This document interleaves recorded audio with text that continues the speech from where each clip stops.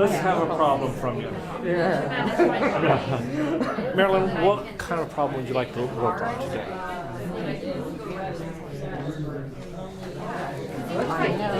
I'm in a situation where there's a very high learning curve right now. And sometimes I don't feel good about myself when I'm not perfect. Okay. So, when I drop the ball, I feel bad. new position.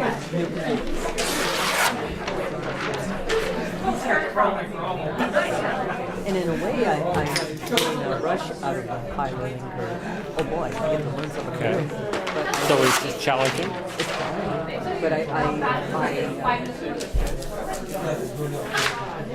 over-criticize myself for any minor mistake. Maybe that's the problem.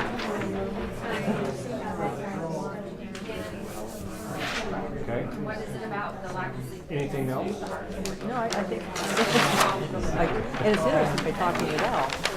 Because really, it's a rush to be learning all this new stuff. Right. It's cool. Right. But, It's a good thing. well, I key to the MRC, halfway to Green Valley Way, and turn around and come back. It's, I just tore myself a new one over that. We'll go on. So, which one of these do you think you'd like to focus on? I think over-criticizing. Being too tough on myself. Okay. In effect, minor mistakes. What do you feel is the major contributing factor to your criticism? It's the question. Yeah. Major. Contributing factor for your criticism. Self-criticism.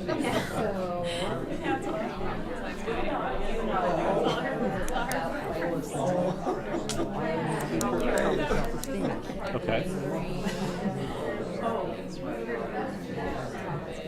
How do you see the self-esteem as affecting this?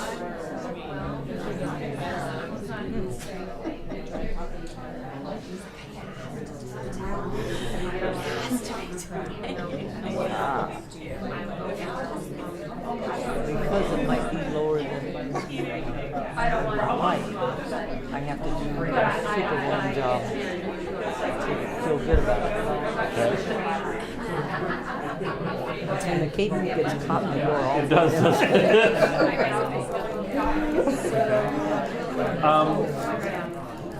I guess we can probe a little bit too, can't we?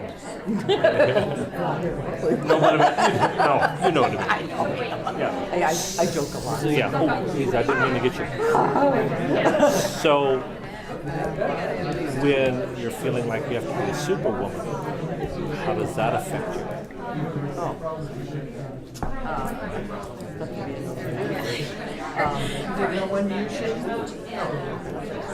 I put a lot of pressure on myself and magnify mistakes, which most people probably don't even notice. So it causes some anxiety.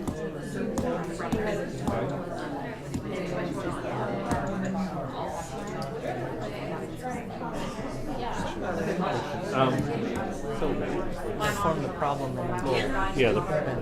So, out of all of these, what do you think? I criticize myself. You criticize yourself. So now the goal. Now, what would be a goal that you would like to achieve? Perfection. Got that. I'll put that down. And the solution would be death. Yeah. Well, I probably just do it wrong.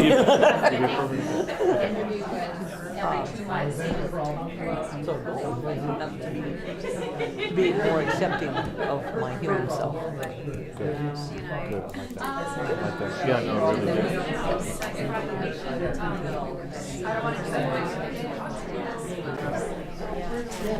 really good. So,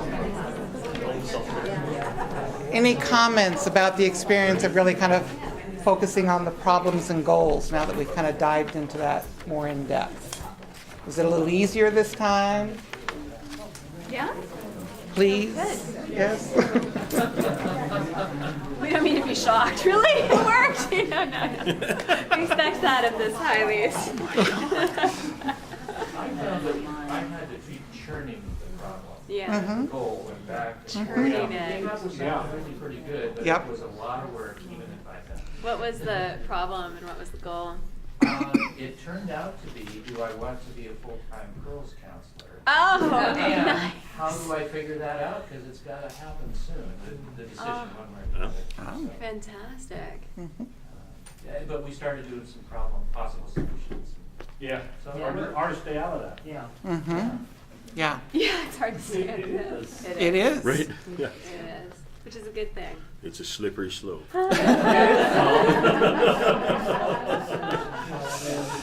Oh, so, any other comments? Did it help as a client to kind of wrestle with that back and forth to help kind of define things a little better? Yeah. You know, I don't think we mislead, but when we demonstrate, you know, we do a fairly simple, straightforward kind of problem just to kind of show you what it's like and how it goes. Reality is it's not always so simple and straightforward, and it's that back and forth, that peeling of the onion to really kind of help clarify what the problem is and then what the goal would be.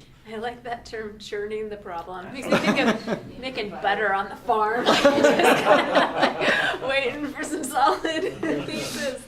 Yeah. Any other problems that you kind of churned for a while and then came up with a goal that seemed to work? Any other examples?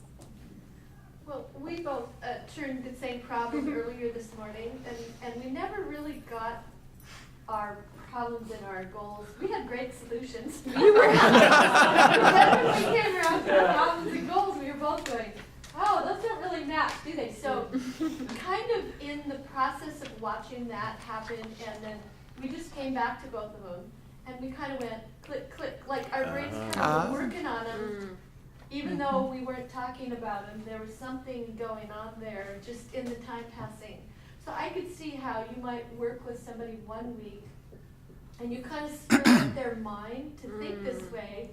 And then the next week, there's a lot more clarity because I really think our brains work on stuff even when we're not really consciously thinking about it. There's something that still goes on in there with time passing. Sure. And my experience has been that once you start working with folks and you get through 1 or 2 of these and they do begin to think about things in this way, the learning curve is quite sharp.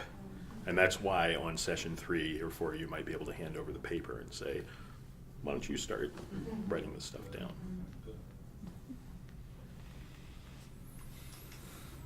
Okay. All right.